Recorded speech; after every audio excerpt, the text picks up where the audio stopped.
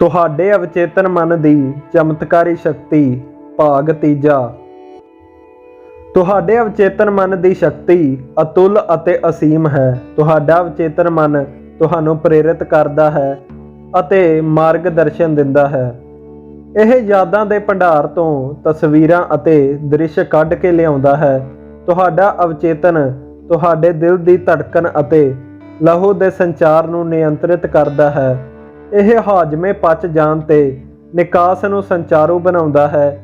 ਇਹ ਤੁਹਾਡੇ ਖਾਏ ਹੋਏ ਖਾਣੇ ਨੂੰ ਉਤਕ, ਮਾਸਪੇਸ਼ੀ, ਹੱਡੀ ਅਤੇ ਖੂਨ ਵਿੱਚ ਤਬਦੀਲ ਕਰਦਾ ਹੈ। ਇਹ ਪ੍ਰਤੀਕਿਰਿਆਵਾਂ ਦੁਨੀਆ ਦੇ ਸਭ ਤੋਂ ਸਿਆਣੇ ਆਦਮੀ ਦੀ ਸਮਝ ਤੋਂ ਵੀ ਪਰੇ ਹੁੰਦੀ ਹੈ। ਤੁਹਾਡਾ ਅਵਚੇਤਨ ਮਨ ਸਰੀਰ ਦੀ ਇਹਨਾਂ ਸਾਰੀ ਲੋੜੀਂਦੀ ਪ੍ਰਕਿਰਿਆਵਾਂ ਅਤੇ ਕਾਰਜਾਂ ਨੂੰ ਨਿਯੰਤਰਿਤ ਕਰਦਾ ਹੈ। ਇਸ ਨੂੰ ਸਾਰੀਆਂ ਸਮੱਸਿਆਵਾਂ ਦੇ ਜਵਾਬ ਪਤਾ ਹਨ। ਤੁਹਾਡਾ ਅਵਚੇਤਨ ਮਨ ਕਦੇ ਨਹੀਂ ਸੌਂਦਾ, ਨਾ ਹੀ ਕਦੇ ਆਰਾਮ ਕਰਦਾ ਹੈ। ਇਹ ਹਮੇਸ਼ਾ ਕੰਮ ਕਰਦਾ ਰਹਿੰਦਾ ਹੈ। ਤੁਹਾਨੂੰ ਆਪਣੇ ਅਵਚੇਤਨ ਮਨ ਦੀ ਚਮਤਕਾਰੀ ਸ਼ਕਤੀ ਦਾ ਪਤਾ ਚੱਲ ਸਕਦਾ ਹੈ ਬੇਸ਼ਰਤੇ ਤੁਸੀਂ ਸੌਣ ਤੋਂ ਪਹਿਲਾਂ ਇਸ ਨੂੰ ਕਹਿ ਦਿਓ ਕਿ ਤੁਸੀਂ ਕਿਸੇ ਖਾਸ ਚੀਜ਼ ਨੂੰ ਹਾਸਲ ਕਰਨਾ ਚਾਹੁੰਦੇ ਹੋ। ਤੁਹਾਨੂੰ ਇਹ ਜਾਣ ਕੇ ਹੈਰਾਨੀ ਅਤੇ ਖੁਸ਼ੀ ਹੋਵੇਗੀ ਕਿ ਇਸ ਤੋਂ ਬਾਅਦ ਤੁਹਾਡੇ ਅੰਦਰ ਇਹੋ ਜਿਹੀਆਂ ਸ਼ਕਤੀਆਂ ਸਰਗਰਮ ਹੋ ਜਾਣਗੀਆਂ ਜਿਹੜੀਆਂ ਤੁਹਾਨੂੰ ਮਨ ਭਾਉਂਦੇ ਨਤੀਜਿਆਂ ਵੱਲ ਲੈ ਜਾਵੇਗੀ।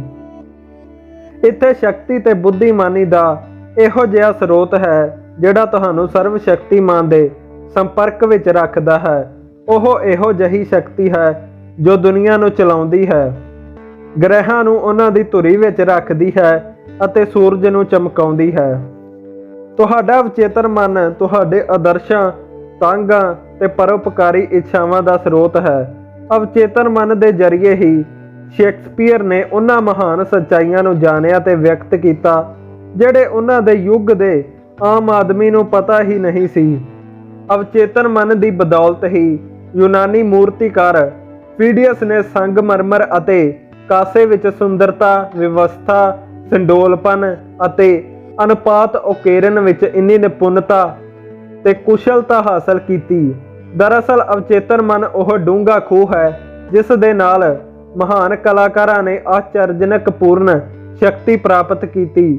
ਇਸ ਨੇ ਹੀ ਮਹਾਨ ਇਤਾਲਵੀ ਕਲਾਕਾਰ ਰਫੇਲ ਨੂੰ ਉਹਨਾਂ ਦੀ ਅਮਰ ਕਲਾਕ੍ਰਿਤੀ ਮੈਡੋਨਾ ਬਣਾਉਣ ਅਤੇ ਮਹਾਨ ਜਰਮਨ ਸੰਗੀਤਕਾਰ ਬੀਥੋਵੈਨ ਨੂੰ ਉਹਨਾਂ ਦੀ ਸਿੰਫਨੀ ਦੀ ਰਚਨਾ ਕਰਨ ਵਿੱਚ ਸਮਰੱਥ ਬਣਾਇਆ।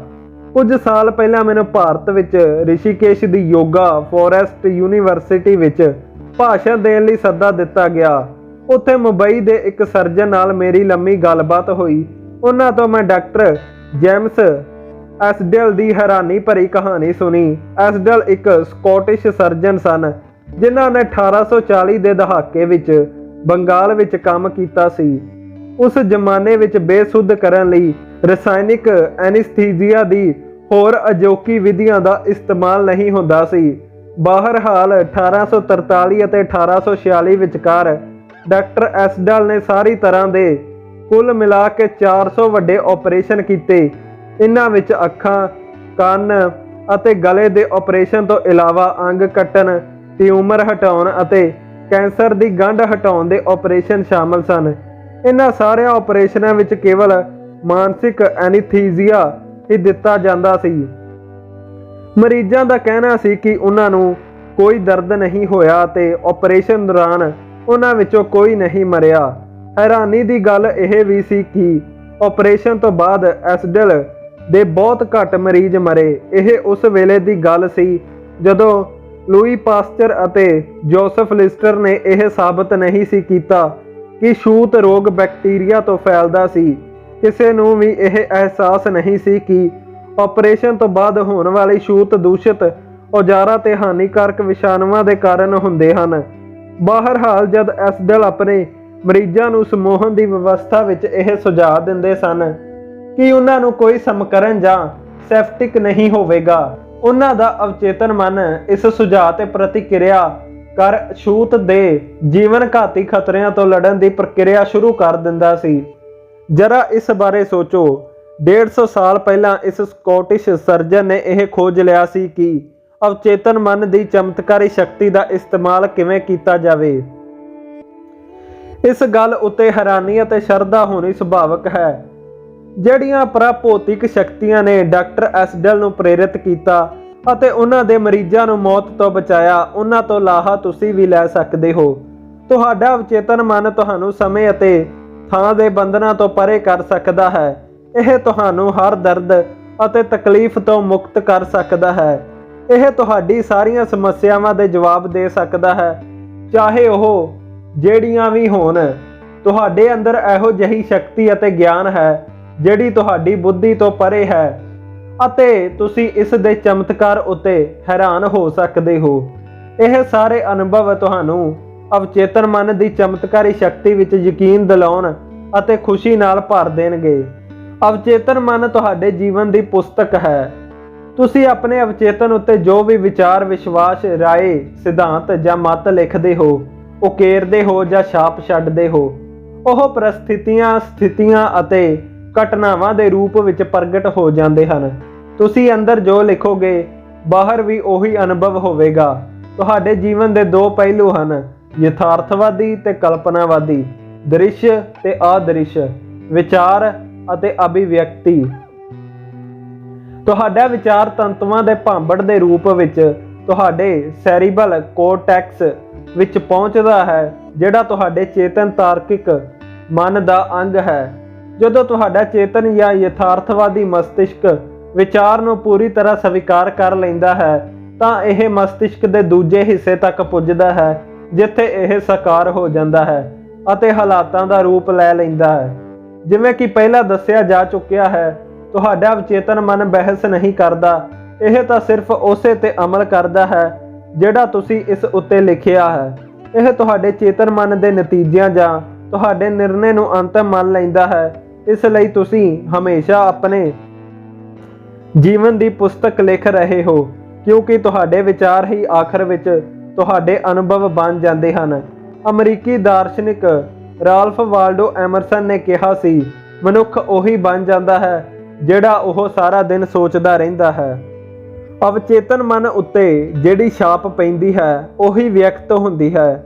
ਅਮਰੀਕੀ ਮਨੋਵਿਗਿਆਨ ਦੇ ਮੋਢੀ ਵਿਲੀਅਮ ਜੇਮਸ ਨੇ ਕਿਹਾ ਸੀ ਕਿ ਤੁਹਾਡੇ ਅਵਚੇਤਨ ਮਨ ਵਿੱਚ ਦੁਨੀਆ ਨੂੰ ਹਿਲਾਉਣ ਦੀ ਸ਼ਕਤੀ ਹੈ। ਇਸ ਵਿੱਚ ਅਸੀਮ ਗਿਆਨ ਅਤੇ ਬੁੱਧੀਮੱਤਾ ਹੈ। ਇਸ ਨੂੰ ਛੁਪੇ ਹੋਏ ਸਰੋਤਾਂ ਤੋਂ ਖੁਰਾਕ ਮਿਲਦੀ ਹੈ ਅਤੇ ਇਸ ਨੂੰ ਜੀਵਨ ਦਾ ਨਿਯਮ ਕਿਹਾ ਜਾਂਦਾ ਹੈ। ਤੁਸੀਂ ਆਪਣੇ ਅਵਚੇਤਨ ਮਨ ਉੱਤੇ ਜੋ ਵੀ ਛਾਪ ਛੱਡਦੇ ਹੋ, ਇਹ ਉਸ ਨੂੰ ਸਾਕਾਰ ਕਰਨ ਲਈ ਜ਼ਮੀਨ ਅਸਮਾਨ ਇੱਕ ਕਰ ਦੇਵੇਗਾ। ਇਸ ਲਈ ਤੁਹਾਨੂੰ ਇਸ ਉੱਤੇ ਸਿਰਫ ਸਹੀ ਅਤੇ ਸਿਰਜਣਾਤਮਕ ਵਿਚਾਰਾਂ ਦੀ ਹੀ ਛਾਪ ਛੱਡਣੀ ਚਾਹੀਦੀ ਹੈ। ਦੁਨੀਆ ਵਿੱਚ ਇੰਨੀ ਅਵਿਵਸਥਾ ਅਤੇ ਦੁੱਖ ਇਸ ਲਈ ਹਨ ਕਿਉਂਕਿ ਜ਼ਿਆਦਾਤਰ ਲੋਕ ਆਪਣੇ ਚੇਤਨ ਅਤੇ ਅਵਚੇਤਨ ਮਨ ਦੇ ਆਪਸੀ ਸੰਬੰਧਾਂ ਨੂੰ ਨਹੀਂ ਸਮਝਦੇ। ਜਦੋਂ ਇਹ ਦੋਵੇਂ ਅਨੁਰੂਪ ਅਤੇ ਸੁਖਮਈ ਤਾਲ ਵਿੱਚ ਹੁੰਦੇ ਹਨ ਤਾਂ ਤੁਹਾਨੂੰ ਸਿਹਤ, ਖੁਸ਼ੀ, ਸ਼ਾਂਤੀ ਤੇ ਸੁੱਖ ਮਿਲਦਾ ਹੈ। ਜਦੋਂ ਚੇਤਨ ਅਤੇ ਅਵਚੇਤਨ ਮਨ ਇੱਕ ਸੁਰਤਾ ਅਤੇ ਸ਼ਾਂਤੀ ਨਾਲ ਮਿਲ ਕੇ ਕੰਮ ਕਰਦੇ ਹਨ ਤਾਂ ਕੋਈ ਬਿਮਾਰੀ ਜਾਂ ਮਤਭੇਦ ਨਹੀਂ ਹੁੰਦਾ। ਪ੍ਰਾਚੀਨ ਜਗਤ ਵਿੱਚ ਹਾਰਮੀਜ਼ ਨੂੰ ਦੁਨੀਆ ਦਾ ਸਭ ਤੋਂ ਮਹਾਨ ਅਤੇ ਸ਼ਕਤੀਸ਼ਾਲੀ ਜਾਦੂਗਰ ਮੰਨਿਆ ਜਾਂਦਾ ਸੀ।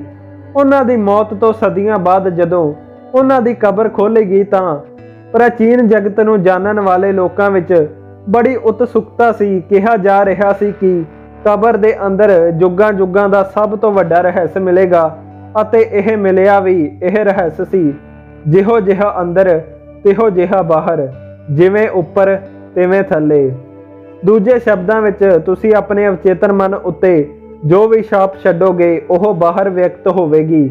ਮੇਜਸ, ਈਸਾਈਆ, ਈਸਾ ਮਸੀਹ, ਬੁੱਧ ਅਤੇ ਜੁਗਾਂ ਦੀ ਸਾਰੀਆਂ ਮਸ਼ਹੂਰ ਹਸਤੀਆਂ ਨੇ ਵੀ ਇਸੇ ਸੱਚ ਨੂੰ ਪੁਸ਼ਟੀ ਕੀਤੀ ਹੈ। ਤੁਸੀਂ ਵਿਅਕਤੀਗਤ ਤੌਰ ਤੇ ਜਿਸ ਨੂੰ ਸੱਚ ਮੰਨਦੇ ਹੋ ਉਹ ਸਥਿਤੀਆਂ, ਅਨੁਭਵਾਂ ਅਤੇ ਘਟਨਾਵਾਂ ਦੇ ਰੂਪ ਵਿੱਚ ਵਿਅਕਤ ਹੋਵੇਗਾ। ਗਤੀ ਤੇ ਭਾਵਨਾ ਵਿੱਚ ਸੰਤੁਲਨ ਹੋਣਾ ਹੀ ਹੈ। ਜਿਵੇਂ ਸੁਰਗ ਵਿੱਚ ਹੈ ਤਿਵੇਂ ਹੀ ਧਰਤੀ ਤੇ ਹੋਵੇਗਾ। ਇਹੀ ਜੀਵਨ ਦਾ ਮਹਾਨ ਨਿਯਮ ਹੈ। ਕਿਰਿਆ ਤੇ ਪ੍ਰਤੀਕਿਰਿਆ, ਸਥਿਰਤਾ ਤੇ ਗਤੀ ਦਾ ਇਹ ਨਿਯਮ ਤੁਹਾਨੂੰ ਸਮੁੱਚੀ ਪ੍ਰਕਿਰਤੀ ਵਿੱਚ ਮਿਲੇਗਾ। ਇਹਨਾਂ ਦੋਨਾਂ ਵਿੱਚ ਸੰਤੁਲਨ ਹੋਣ ਤੇ ਹੀ ਇੱਕ ਸੁਰਤਾ ਅਤੇ ਸੰਤੁਲਨ ਬਣੇਗਾ।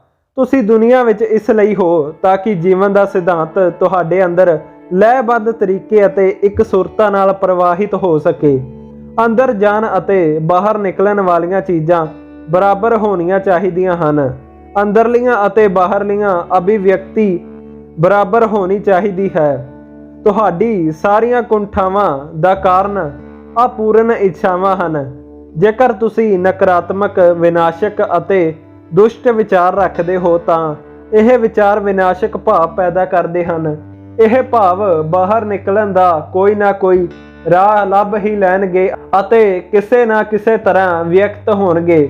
ਕਿਉਂਕਿ ਇਹਨਾਂ ਭਾਵਾਂ ਦੀ ਪ੍ਰਕਿਰਤੀ ਨਕਾਰਾਤਮਕ ਹੈ, ਇਸ ਲਈ ਇਹ ਆਮ ਕਰਕੇ ਹਿਰਦੇ ਰੋਗ, ਤਣਾਅ ਅਤੇ ਚਿੰਤਾ ਦੇ ਰੂਪ ਵਿੱਚ ਵਿਅਕਤ ਹੁੰਦੇ ਹਨ।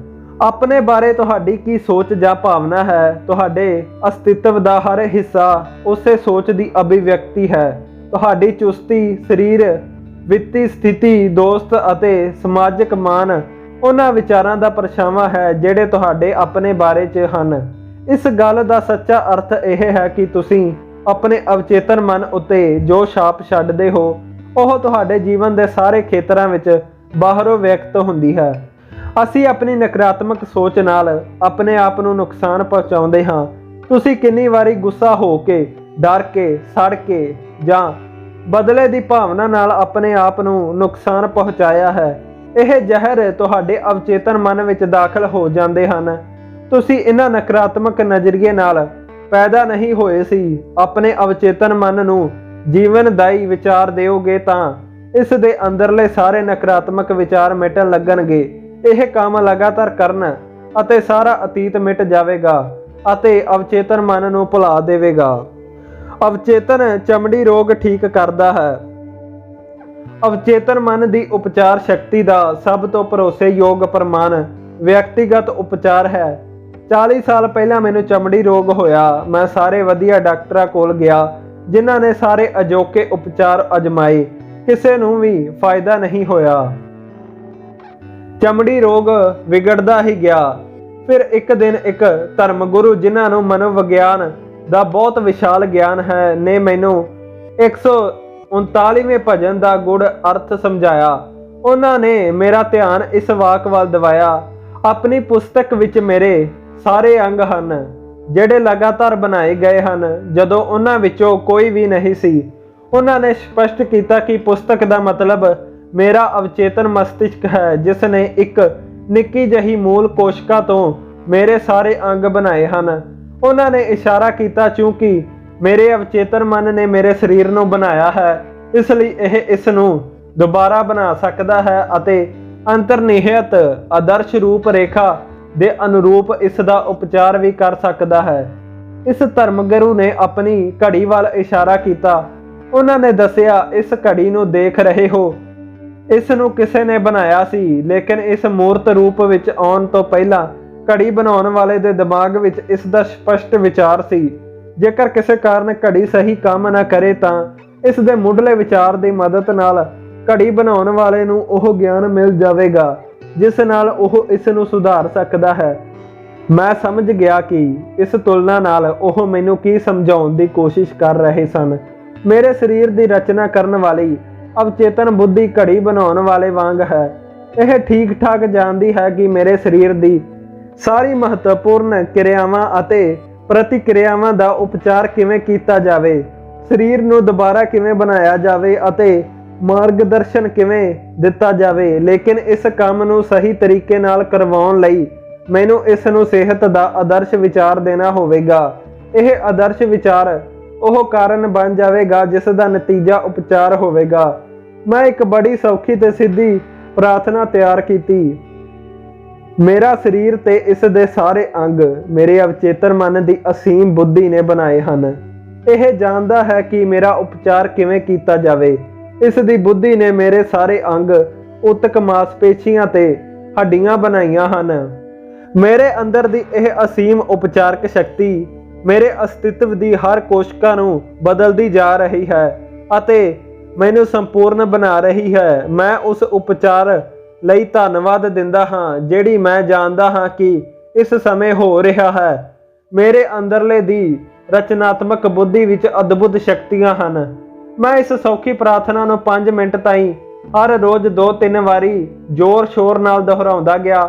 ਤਕਰੀਬਨ 3 ਮਹੀਨਿਆਂ ਬਾਅਦ ਮੇਰੀ ਚਮੜੀ ਪੂਰੀ ਤਰ੍ਹਾਂ ਠੀਕ ਹੋ ਗਈ। ਚਮੜੀ ਰੋਗ ਗਾਇਬ ਹੋ ਗਿਆ। ਮੇਰਾ ਡਾਕਟਰ ਹੈਰਾਨ ਰਹਿ ਗਿਆ, ਲੇਕਿਨ ਮੈਂ ਜਾਣਦਾ ਸੀ ਕਿ ਕੀ ਹੋਇਆ ਸੀ। ਮੈਂ ਆਪਣੇ ਅਵਚੇਤਨ ਮਨ ਨੂੰ ਸੰਪੂਰਨਤਾ, ਸੁੰਦਰਤਾ ਅਤੇ ਪੂਰਨਤਾ ਦੀ ਜੀਵਨਦਾਈ ਰੂਪ ਰੇਖਾ ਦੇ ਦਿੱਤੀ ਸੀ। ਇਸ ਨੇ ਮੇਰੇ ਅਵਚੇਤਨ ਮਨ ਤੋਂ ਉਹਨਾਂ ਨਕਾਰਾਤਮਕ ਵਿਚਾਰਾਂ ਅਤੇ ਪਰਛਾਵਿਆਂ ਨੂੰ ਬਾਹਰ ਕੱਢ ਦਿੱਤਾ ਜਿਹੜੀਆਂ ਮੇਰੀ ਸਾਰੀ ਸਮੱਸਿਆਵਾਂ ਦਾ ਕਾਰਨ ਸੀ। ਤੁਹਾਡੇ ਸਰੀਰ ਉੱਤੇ ਕੋਈ ਚੀਜ਼ ਤਦੋਂ ਤੱਕ ਪ੍ਰਗਟ ਨਹੀਂ ਹੁੰਦੀ ਜਦੋਂ ਤੱਕ ਇਹ ਪਹਿਲੇ ਤੁਹਾਡੇ ਮਸਤਿਸ਼ਕ ਵਿੱਚ ਨਾ ਹੋਵੇ। ਜਦੋਂ ਤੁਸੀਂ ਲਗਾਤਾਰ ਸਕਾਰਾਤਮਕ ਗੱਲਾਂ ਨਾਲ ਆਪਣੇ ਮਸਤਿਸ਼ਕ ਨੂੰ ਬਦਲਦੇ ਹੋ ਤਾਂ ਤੁਸੀਂ ਆਪਣੇ ਸਰੀਰ ਨੂੰ ਬਦਲ ਲੈਂਦੇ ਹੋ। ਇਹੀ ਸਾਰੇ ਉਪਚਾਰ ਦਾ ਆਧਾਰ ਹੈ। ਤੁਹਾਡੇ ਕੰਮ ਅਦਭੁਤ ਹਨ ਅਤੇ ਮੇਰੀ ਆਤਮਾ ਹਰ ਚੀਜ਼ ਸਹੀ ਜਾਣਦੀ ਹੈ। ਅਵਚੇਤਨ ਸਰੀਰ ਦੇ ਸਾਰੇ ਕੰਮਾਂ ਨੂੰ ਕਿਵੇਂ ਕਾਬੂ ਕਰਦਾ ਹੈ। ਭਾਵੇਂ ਤੁਸੀਂ ਜਾਗੇ ਹੋਵੋ ਜਾਂ ਸੁੱਤੇ, ਤੁਹਾਡੇ ਅਵਚੇਤਨ ਮਨ ਦੀ ਅਥਾਹ ਸ਼ਕਤੀ ਤੁਹਾਡੇ ਸਰੀਰ ਦੇ ਸਾਰੇ ਮਹੱਤਵਪੂਰਨ ਕਾਰਜਾਂ ਨੂੰ ਨਿਯੰਤਰਿਤ ਕਰਦੀ ਹੈ। ਇਸ ਵਿੱਚ ਤੁਹਾਡੇ ਚੇਤਨ ਮਨ ਨੂੰ ਕਿਸੇ ਤਰ੍ਹਾਂ ਦੇ ਦਖਲ ਦੇਣ ਦੀ ਲੋੜ ਨਹੀਂ ਹੁੰਦੀ। ਜਦੋਂ ਤੁਸੀਂ ਸੌਂ ਜਾਂਦੇ ਹੋ ਤਦੋਂ ਵੀ ਤੁਹਾਡਾ ਹਿਰਦਾ ਧੜਕਦਾ ਰਹਿੰਦਾ ਹੈ। ਤੁਹਾਡੇ ਸੀਨੇ ਅਤੇ ਫੇਫੜਿਆਂ ਦੀ ਮਾਸਪੇਸ਼ੀਆਂ ਫੇਫੜਿਆਂ ਦੇ ਵਿੱਚ ਹਵਾ ਭਰਦੀ ਤੇ ਕੱਢਦੀ ਰਹਿੰਦੀ ਹੈ। ਤੁਹਾਡੇ ਸਰੀਰ ਕੋਸ਼ਿਕਾਵਾਂ ਦੇ ਕਾਰਜ ਕਾਰਨ ਕੱਢੀ ਹੋਈ ਕਾਰਬਨ ਡਾਈਆਕਸਾਈਡ ਦੇ ਬਦਲੇ ਤਾਜ਼ੀ ਆਕਸੀਜਨ ਭਰ ਲਈ ਜਾਂਦੀ ਹੈ, ਜਿਸ ਦੀ ਤੁਹਾਨੂੰ ਕੰਮ ਕਰਨ ਸਮੇਂ ਲੋੜ ਹੁੰਦੀ ਹੈ। ਤੁਹਾਡਾ ਅਵਚੇਤਨ ਮਨ ਤੁਹਾਡੀ ਪਾਚਕ ਪ੍ਰਕਿਰਿਆਵਾਂ ਅਤੇ ਗ੍ਰੰਥੀਆਂ ਦੇ ਰਿਸਣ ਪਦਾਰਥਾਂ ਤੋਂ ਇਲਾਵਾ ਤੁਹਾਡੇ ਸਰੀਰ ਦੇ ਹੋਰ ਸਾਰੇ ਅਦਭੁਤ ਜਟਲ ਕਾਰਜਾਂ ਨੂੰ ਨਿਯੰਤਰਿਤ ਕਰਦਾ ਹੈ। ਇਹ ਸਾਰਾ ਕੁਝ ਲਗਾਤਾਰ ਹੁੰਦਾ ਰਹਿੰਦਾ ਹੈ, ਭਾਵੇਂ ਤੁਸੀਂ ਜਾਗਦੇ ਹੋਵੋ ਜਾਂ ਸੁੱਤੇ। ਜੇਕਰ ਤੁਹਾਨੂੰ ਆਪਣੇ ਸਰੀਰ ਦੇ ਸਾਰੇ ਕਾਰਜ ਚੇਤਨ ਮਨ ਨਾਲ ਕਰਨੇ ਪੈਣ ਤਾਂ ਤੁਹਾਡੀ ਮਸ਼ੀਨ ਨਿਸ਼ਚਿਤ ਤੌਰ ਤੇ ਅਸਫਲ ਹੋ ਜਾਵੇਗੀ। ਤੁਸੀਂ ਸ਼ਾਇਦ ਬਹੁਤ ਛੇਤੀ ਮਰ ਜਾਓਗੇ। ਇਹ ਪ੍ਰਤੀਕਿਰਿਆਵਾਂ ਬਹੁਤ ਜਟਲ ਹਨ ਅਤੇ ਆਪਸ ਵਿੱਚ ਬੁਰੀ ਤਰ੍ਹਾਂ ਗੁੱਥੀਆਂ ਹੋਈਆਂ ਵੀ। ਹਾਰਟ ਲਿੰਗ ਮਸ਼ੀਨ, ਜਿਸ ਦਾ ਇਸਤੇਮਾਲ ਓਪਨ ਹਾਰਟ ਸਰਜਰੀ ਵਿੱਚ ਕੀਤਾ ਜਾਂਦਾ ਹੈ, ਅਜੋਕੀ ਚਿਕਿਤਸਾ ਤਕਨੀਕ ਦਾ ਚਮਤਕਾਰ ਹੈ। ਬਹਰਹਾਲ ਇਸ ਦੇ ਕਾਰਜ ਤੁਹਾਡੇ ਅਵਚੇਤਨ ਮਨ ਦੀ ਤੁਲਨਾ ਵਿੱਚ ਬੜੇ ਸੌਖੇ ਹਨ, ਜਿਹੜਾ ਕਿ ਸਾਲ ਦੇ 365 ਦਿਨ ਕੰਮ ਕਰਦਾ ਹੈ ਅਤੇ ਉਹ ਵੀ 24 ਘੰਟੇ ਲਗਾਤਾਰ। ਮੰਨ ਲਓ ਤੁਸੀਂ ਕਿਸੇ ਸੁਪਰਸੋਨਿਕ ਜੈਟ ਲਾਈਨਰ ਵਿੱਚ ਬੈਠ ਕੇ ਸਮੁੰਦਰ ਦੇ ਉੱਪਰੋਂ ਦੀ ਗੁਜ਼ਰ ਰਹੇ ਹੋ ਅਤੇ ਕਾਕਪਿਟ ਵਿੱਚ ਵੜ ਜਾਓ। ਨਿਸ਼ਚਿਤ ਹੀ ਤੁਹਾਨੂੰ ਹਵਾਈ ਜਹਾਜ਼ ਉਡਾਉਣਾ ਨਹੀਂ ਆਉਂਦਾ, ਲੇਕਿਨ ਤੁਸੀਂ ਪਾਇਲਟ ਦਾ ਧਿਆਨ ਭਟਕਾ ਕੇ ਪਰੇਸ਼ਾਨੀ ਜ਼ਰੂਰ ਖੜੀ ਕਰ ਸਕਦੇ ਹੋ। ਇਸੇ ਤਰ੍ਹਾਂ ਤੁਹਾਡਾ ਚੇਤਨ ਮਸਤਿਸ਼ਕ ਸਰੀਰ ਨੂੰ ਤਾਂ ਨਹੀਂ ਚਲਾ ਸਕਦਾ, ਲੇਕਿਨ ਇਹ ਇਸ ਦੇ ਸਹੀ ਤਰ੍ਹਾਂ ਤੋਂ ਕੰਮ ਕਰਨ ਦੇ ਰਾਹ ਵਿੱਚ ਅੜਿੱਕਾ ਜ਼ਰੂਰ ਬਣ ਸਕਦਾ ਹੈ। ਚਿੰਤਾ, ਤਣਾਅ, ਡਰ ਤੇ ਨਿਰਾਸ਼ਾ ਹਿਰਦੇ, ਫੇਫੜੇ, ਢਿੱਡ ਤੇ ਆਂਦਰਾਂ ਦੇ ਆਮ ਕਾਰਜਾਂ ਵਿੱਚ ਰੁਕਾਵਟ ਪਾ ਸਕਦੇ ਹਨ। ਡਾਕਟਰ ਹੁਣ ਇਸ ਗੱਲ ਉੱਤੇ ਧਿਆਨ ਦੇਣ ਲੱਗੇ ਹਨ ਕਿ ਅਖੌਤੀ ਤਣਾਅ ਸੰਬੰਧੀ ਬਿਮਾਰੀਆਂ ਕਿੰਨੀਆਂ ਗੰਭੀਰ ਹਨ।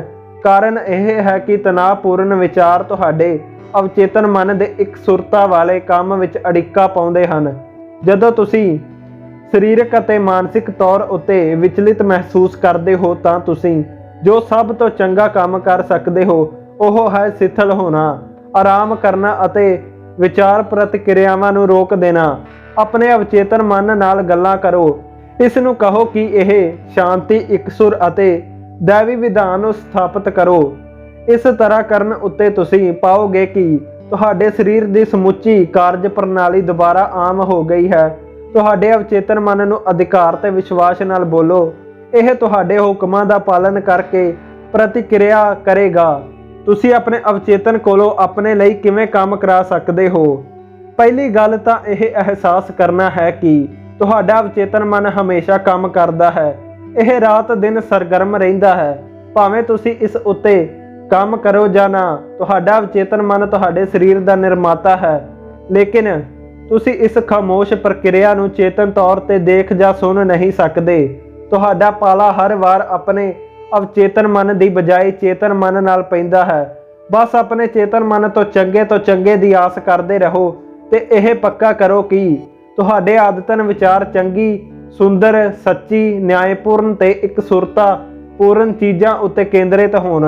ਆਪਣੇ ਚੇਤਨ ਮਨ ਦਾ ਧਿਆਨ ਰੱਖੋ ਅਤੇ ਦਿਲ ਵਿੱਚ ਜਾਣ ਲਓ ਕਿ ਤੁਹਾਡਾ ਅਵਚੇਤਨ ਮਨ ਤੁਹਾਡੇ ਹੀ ਆਦਤਨ ਵਿਚਾਰਾਂ ਦੇ ਅਨੁਰੂਪ ਨਤੀਜੇ ਦੇ ਰਿਹਾ ਹੈ, ਵਿਅਕਤ ਕਰ ਰਿਹਾ ਹੈ ਅਤੇ ਹਾਲਾਤ ਬਣਾ ਰਿਹਾ ਹੈ। ਯਾਦ ਰੱਖੋ, ਜਿਵੇਂ ਪਾਣੀ ਉਸੇ ਪਾਈਪ ਦਾ ਆਕਾਰ ਲੈ ਲੈਂਦਾ ਹੈ ਜਿਸ ਵਿੱਚੋਂ ਇਹ ਵਗਦਾ ਹੈ, ਉਸੇ ਤਰ੍ਹਾਂ ਤੁਹਾਡੇ 'ਚ ਜੀਵਨ ਸਿਧਾਂਤ ਤੁਹਾਡੇ ਵਿਚਾਰਾਂ ਦੀ ਪ੍ਰਕਿਰਤੀ ਦੇ ਅਨੁਰੂਪ ਹੀ ਪ੍ਰਵਾਹਿਤ ਹੁੰਦੇ ਹਨ।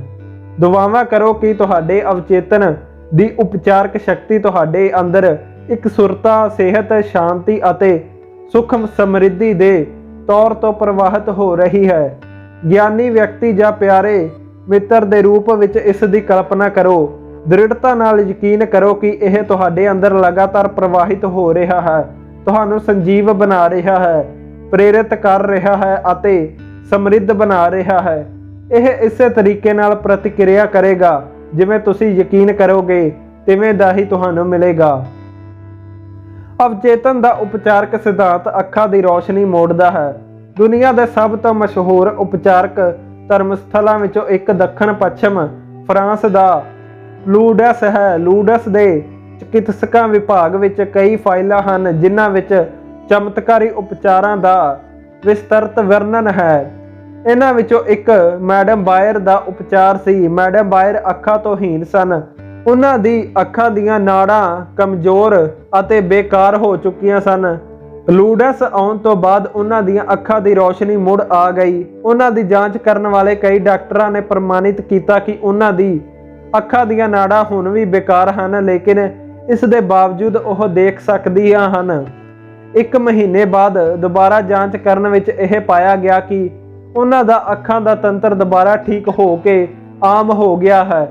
ਮੈਨੂੰ ਪੂਰਾ ਯਕੀਨ ਹੈ ਕਿ ਮੈਡਮ ਬਾਇਰ ਧਰਮਸਥਲ ਦੇ ਪਾਣੀ ਨਾਲ ਠੀਕ ਨਹੀਂ ਹੋਏ ਸਨ। ਉਹਨਾਂ ਦਾ ਉਪਚਾਰ ਤਾਂ ਉਹਨਾਂ ਦੇ ਹੀ ਅਵਚੇਤਨ ਮਨ ਨੇ ਕੀਤਾ ਸੀ, ਜਿਸ ਨੇ ਉਹਨਾਂ ਦੇ ਵਿਸ਼ਵਾਸ ਉੱਤੇ ਪ੍ਰਤੀਕਿਰਿਆ ਕੀਤਾ। ਉਹਨਾਂ ਦੇ ਅਵਚੇਤਨ ਮਨ ਦੇ ਅੰਦਰ ਦੇ ਉਪਚਾਰਕ ਸਿਧਾਂਤ ਨੇ ਉਹਨਾਂ ਦੇ ਵਿਚਾਰਾਂ ਦੀ ਪ੍ਰਕਿਰਤੀ ਦੇ ਅਨੁਰੂਪ ਪ੍ਰਤੀਕਿਰਿਆ ਕੀਤੀ। ਵਿਸ਼ਵਾਸ ਅਵਚੇਤਨ ਮਨ ਤੱਕ ਪਹੁੰਚਿਆ ਵਿਚਾਰ ਹੈ। ਵਿਸ਼ਵਾਸ ਦਾ ਅਰਥ ਹੈ ਕਿਸੇ ਵੀ ਚੀਜ਼ ਨੂੰ ਸੱਚ ਮੰਨਣਾ। ਜਿਸ ਚੀਜ਼ ਉੱਤੇ ਵਿਸ਼ਵਾਸ ਹੋ ਜਾਂਦਾ ਹੈ ਉਹ ਆਪਣੇ ਆਪ ਹੋ ਜਾਂਦੀ ਹੈ। ਬੇਸ਼ੱਕ ਮੈਡਮ ਬਾਇਰ ਇਸ ਧਰਮ ਸਥਲ ਉੱਤੇ ਬਹੁਤ ਆਸ ਤੇ ਆਸਥਾ ਨਾਲ ਗਏ ਸਨ। ਉਹ ਆਪਣੇ ਦਿਲ ਵਿੱਚ ਜਾਣਦੀ ਸੀ ਕਿ ਉਹ ਠੀਕ ਹੋ ਜਾਵੇਗੀ। ਉਹਨਾਂ ਦੇ ਅਵਚੇਤਨ ਮਨ ਨੇ ਇਸੇ ਅਨੁਰੂਪ ਪ੍ਰਤੀਕਿਰਿਆ ਕੀਤੀ ਅਤੇ ਹਮੇਸ਼ਾ ਮੌਜੂਦ ਉਪਚਾਰਕ ਸ਼ਕਤੀਆਂ ਨੂੰ ਸਰਗਰਮ ਕਰ ਦਿੱਤਾ।